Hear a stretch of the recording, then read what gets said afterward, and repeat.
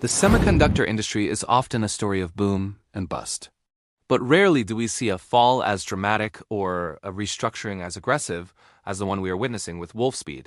Once hailed as the king of silicon carbide, SiC, the company has undergone a complete collapse of its old identity and is now attempting a rebirth from the ashes of bankruptcy.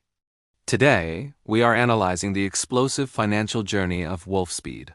Ticker symbol WOLF. We have combed through their annual reports from the optimism of 2021 to the crisis of 2024, and finally, the shocking revelations in the latest Q1 and Q2 fiscal year 2026 filings. This is not just a turnaround story. It is a survival story involving a prepackaged Chapter 11 filing, a new CEO, and a massive bet on 200mm wafers. Let's rewind to the setup. From 2021 to 2024, Wolfspeed was in an all-out sprint. Under former CEO Gregg Lowe, the strategy was simple. Build massive factories like the Mohawk Valley Fab. Build the John Palmore Manufacturing Center. The goal was to capture the explosive demand for EVs. Revenue was growing, crossing $900 million in 2023, but the cost was staggering. CapEx spending was bleeding the company dry, and the debt pile grew to over $6 billion. Then, the reality check hit in 2025. The F market cooled. Interest rates stayed high, and Wolfspeed's cash burn became unsustainable. The 2025 annual report marks the turning point. The language shifts from expansion to financial restructuring.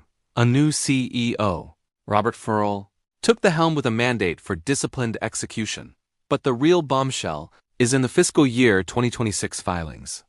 If you look at the Q2 2026 OQ report, covering the period ending September 28, 2025, the company is explicitly labeled as a debtor-in-possession.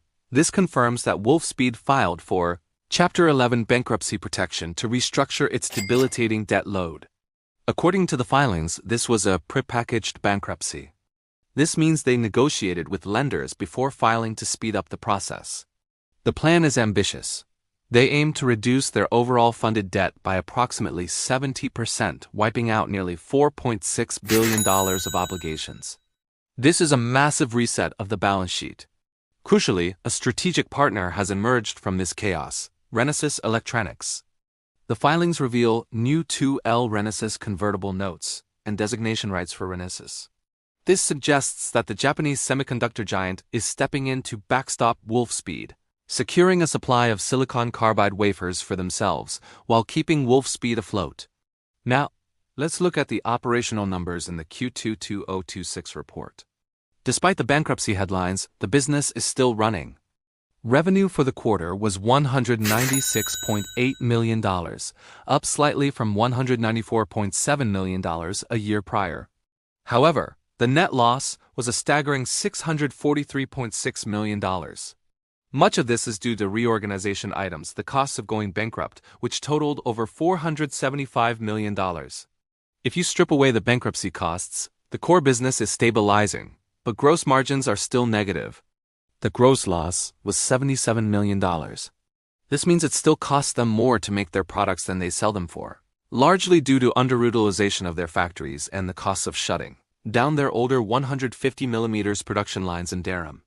This brings us to the new Wolfspeed. The strategy has shifted from growth at all costs to 200mm purity.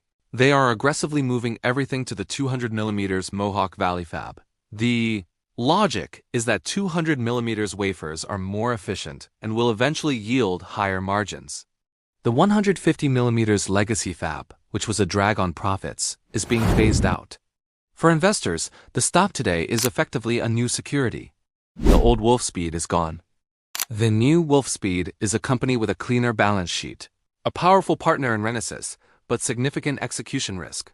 They must prove they can turn that negative gross margin into a positive one quickly.